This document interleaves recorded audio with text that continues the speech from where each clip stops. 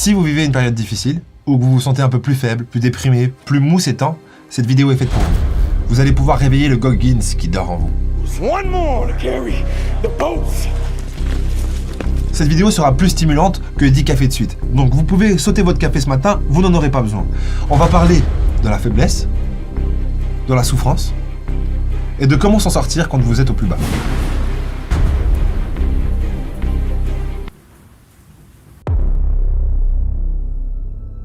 La vie vous a fait de cette façon, mais nous ne pouvons pas vivre comme ça. Nous ne pouvons pas vivre dans la peur, dans le jugement.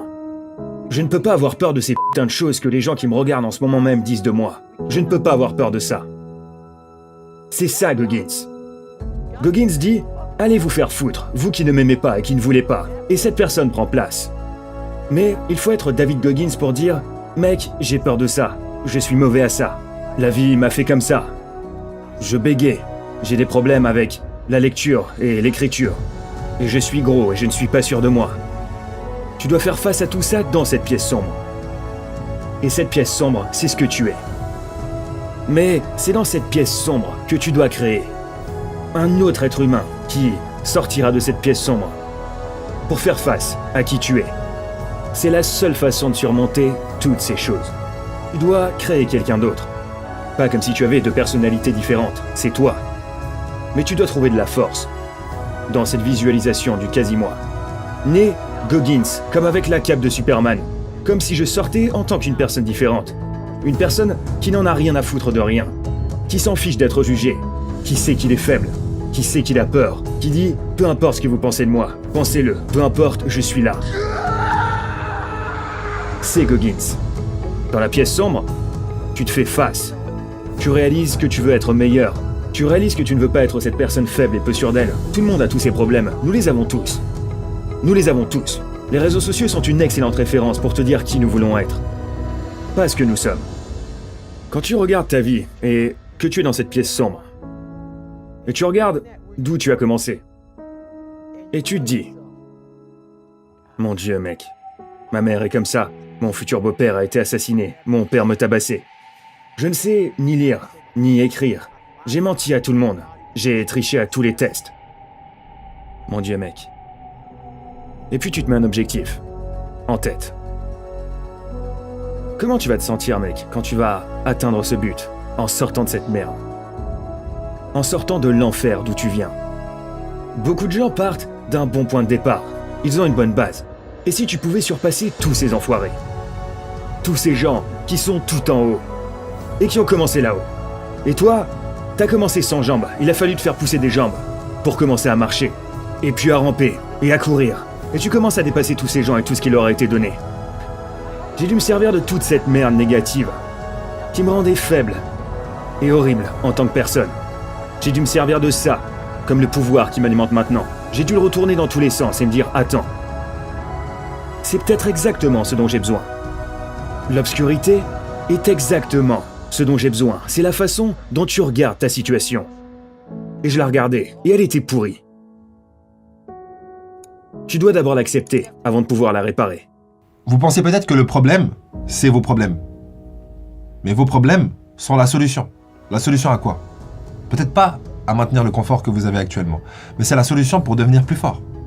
Le but de la vie, c'est l'évolution. Si on part du principe que la survie est maintenue. Donc l'évolution, c'est faire face aux difficultés. Malheureusement, la plupart des gens fuient la difficulté et célèbrent la facilité. Oh, facilité, c'est tellement bien avec toi. Mais la facilité ne vous apporte rien. La facilité, c'est un emballage sans cadeau. Tandis que la difficulté, c'est un cadeau sans emballage. Wouh, let's go! Beaucoup de gens se promènent genre « Oh mec, je vais bien. Je vais bien. » Non, ce n'est pas vrai. Tu dois accepter ce que tu n'es pas. Et les gens ne veulent pas faire ça. Mais c'est la seule façon d'arranger les choses. Tu dois d'abord l'accepter avant de pouvoir commencer à avancer.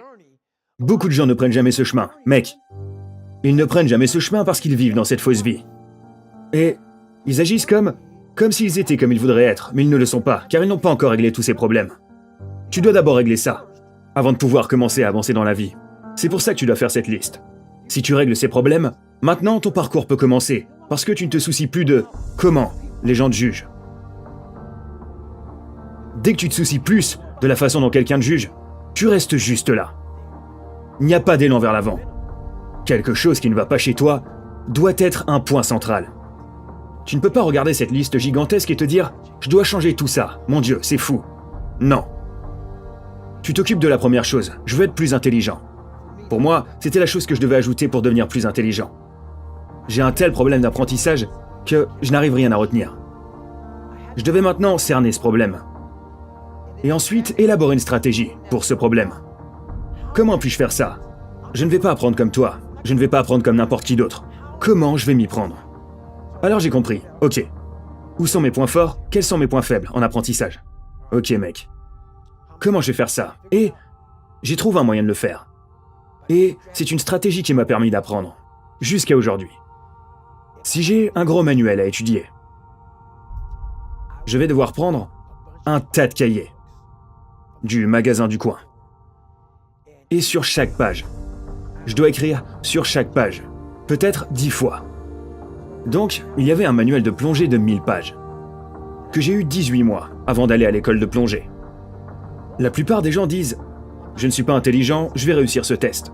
J'ai réalisé « Attends une seconde, je ne suis pas intelligent. Comment je peux surpasser ça? Comment je peux surpasser cet obstacle?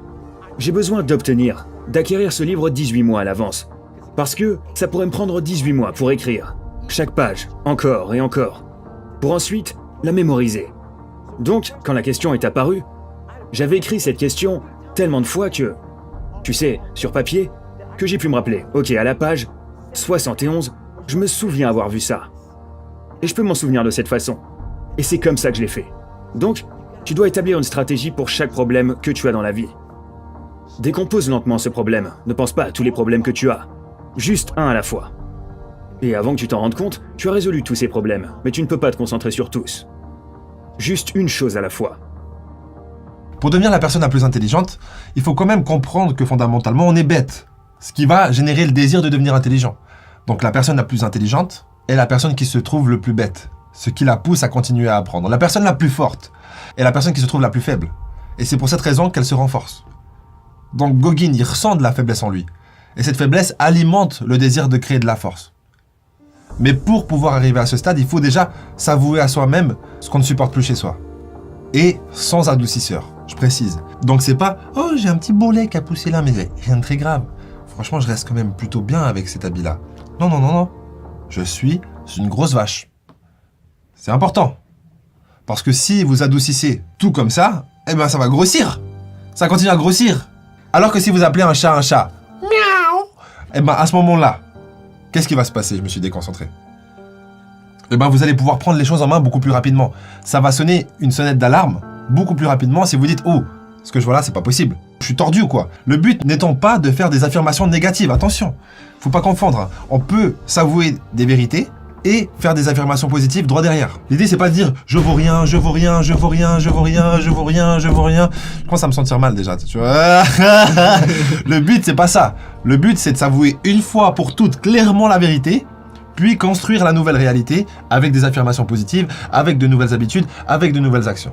Est-ce que c'est clair? Eh les loulous, il est temps pour moi de vous parler de notre partenaire du jour, Cooper.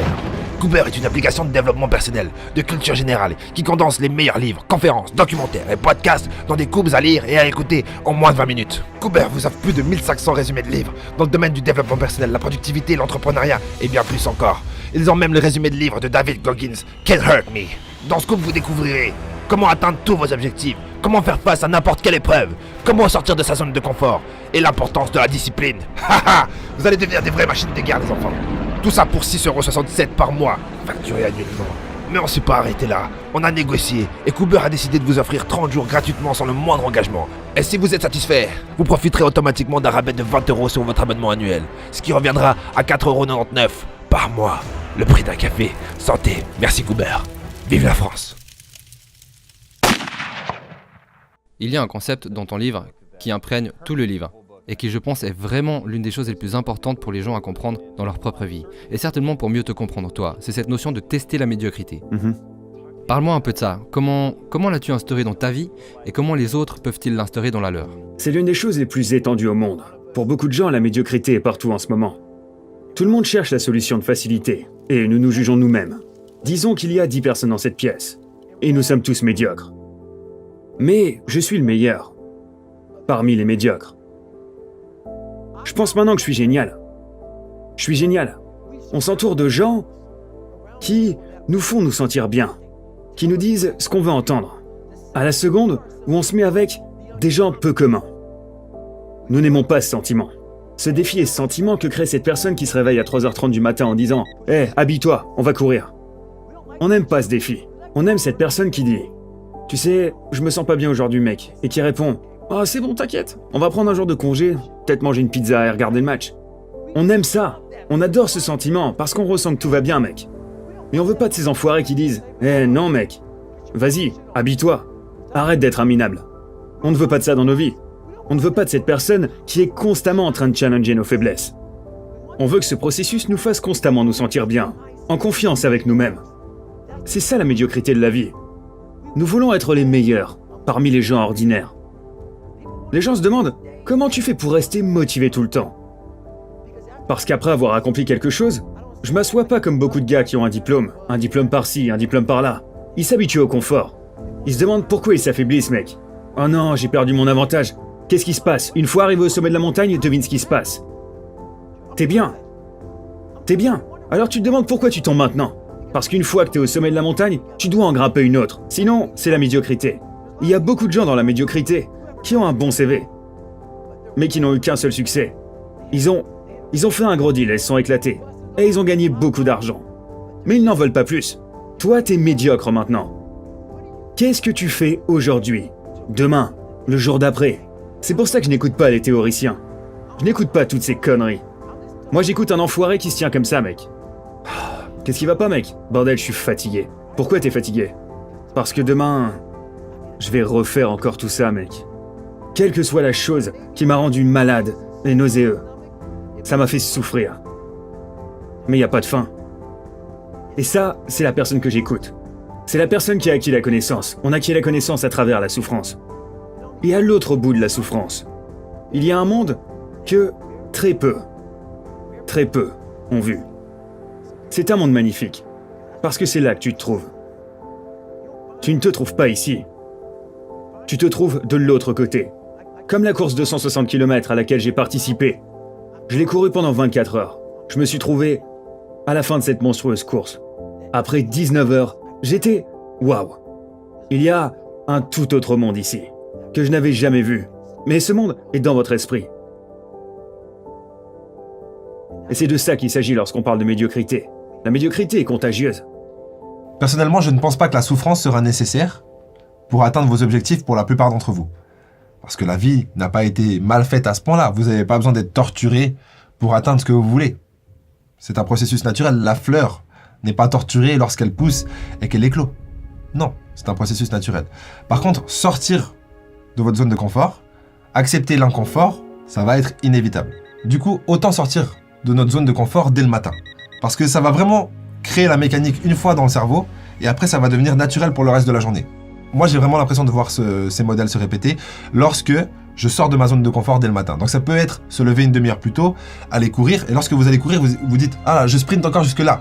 En fait, vous dites « Ah non, encore jusque là, un peu plus loin ». Là, vous vous challengez. Vous arrivez là, après vous marchez. Et là, vous avez déjà fait un cycle en fait. Vous, face à l'inconfort. Et c'est juste ces petites victoires, les unes après les autres, qui créent votre personnalité, qui créent votre caractère. Je suis une personne très philosophique. Je vais en parler avec toi très rapidement. Je crois en une puissance supérieure. Je connais pas le nom, je ne sais pas d'où elle vient, je ne sais pas. Mais je crois que ce pouvoir... imagine ça avec moi rapidement.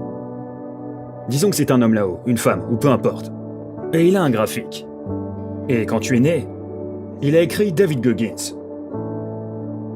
Né le 17 février 1975, à 6h du matin. Il a dessiné mon destin parce qu'il peut tout voir.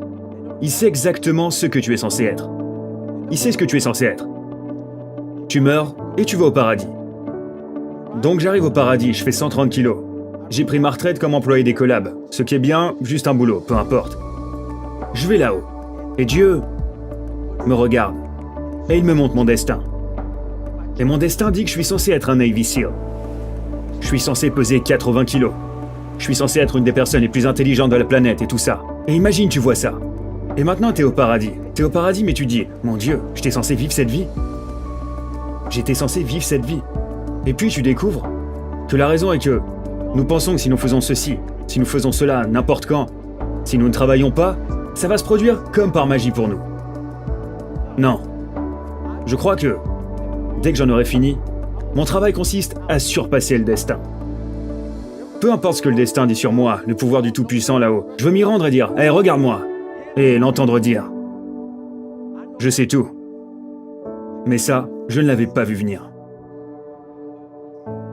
Je ne l'avais vraiment pas vu venir. La plupart des gens passent la plupart du temps à essayer de plaire aux autres, à essayer d'impressionner les autres, comme s'ils avaient quelque chose à prouver. Mais en essayant de plaire aux autres, c'est pas sur vous que vous travaillez, c'est sur votre image de vous-même. Cette image de vous-même n'est pas vous. Donc, vous pouvez la laisser là où elle est, nulle part, car elle n'existe pas, et vous pouvez commencer à travailler sur le vrai vous, sans vous préoccuper de l'image que ça donnera. D'ailleurs, j'ai un mantra pour ça, qui dit « Rien à prouver, rien à défendre ». C'est cadeau. Mais surtout, si la vie continue à vous mettre des coups alors que vous essayez d'avancer, continuez à... Continuez à vous relever. Comme ça. Comme ça. Prochain épisode, ça fait peur. Ça fait peur.